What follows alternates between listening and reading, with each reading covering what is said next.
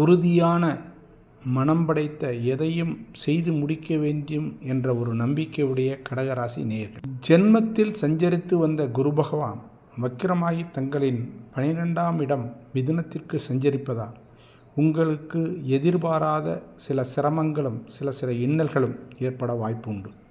6ஆம் இடத்தில் இடம்பெற்றுள்ள சூரியன் மற்றும் ஆகியவர்கள் உங்களுக்கு மன உறுதியையும் தைரியத்தையும் திடத்தையும் தந்து அவை அனைத்தையும் காரியங்களையும் வெற்றிகரமாக முடிக்க நல்லுதவி செய்வார்கள்.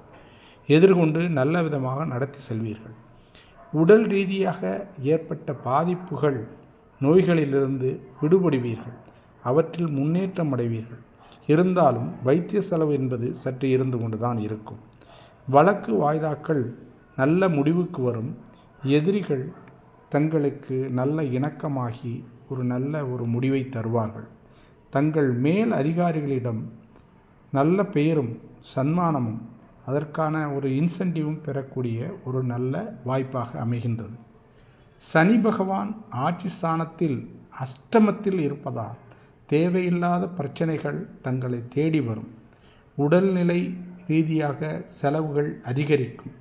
வியாபாரத்தில் எதிர்ப்புகளும் இன்னல்களும் இடைஞ்சல்களும் ஏற்படும். இடமாற்றம் தொழில் ரீதியாக இடமாற்றங்கள் செய்ய வேண்டிய வாய்ப்புகள் உண்டாகும். ஆக இவை அனைத்திலும் நீங்கள் சிந்தனையுடனும் திட்டத்தினுடையும் கையாண்டு வந்தால் அவை நல்ல ஒரு விதத்தையும் நல்ல ஒரு முடிவையும் தரும். சுக்கிரன் டிசம்பர் 21 வரை தங்களுக்கு சாதகமான நிலையில் இருப்பதால் பொன் பொருள் சேர்க்கை உண்டாகும்.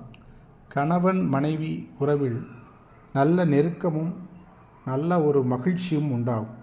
குடும்பத்தில் உள்ள பிரச்சனைகளுக்கு தீர்வு காண்பீர்கள். வண்டி வாகனம் மற்றும் இடங்கள் வாங்குவதற்கு முன்னேற்பாடுகள் செய்வீர்கள். அதற்கான திட்டங்களை தீட்டுவீர்கள்.